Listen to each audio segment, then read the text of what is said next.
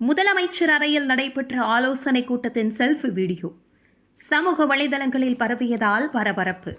தாவேக அரசின் மீது எழுப்பப்படும் கேள்விகள். முதலமைச்சர் விஜய் அறையில் நடைபெற்ற ஆலோசனை கூட்டத்தில் எடுக்கப்பட்ட செல்ஃபி வீடியோ சமூக வலைதளங்களில் பரவி விவாத பொருளாக மாறியுள்ளது.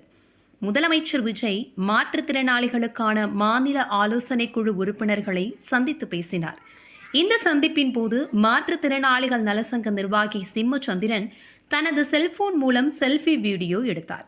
இந்த வீடியோ தற்பொழுது சமூக வலைதளங்களில் பரவி பேசு பொருளாக மாறியுள்ளது.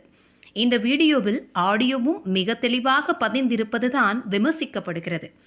பொதுவாக முதலமைச்சர் அறையில் நடைபெறும் ஆலோசனைகள் ரகசியமாக வைக்கப்படக்கூடியவை என்றும் அது குறித்து அரசு தரப்பில் மட்டுமே செய்திகள் வெளியிடப்பட வேண்டும் என்றும் கூறப்படுகிறது. அதை மீறி அது தொடர்பான தகவல்கள் வெளியிடுவது தவறான செயல் என்றும் அரசியல் விமர்சகர்கள் கூறுகின்றனர். இந்நிலையில் செல்ஃபி வீடியோவை எடுத்த சிம்மச்சந்திரன் அது குறித்து விளக்கம் அளித்துள்ளார்.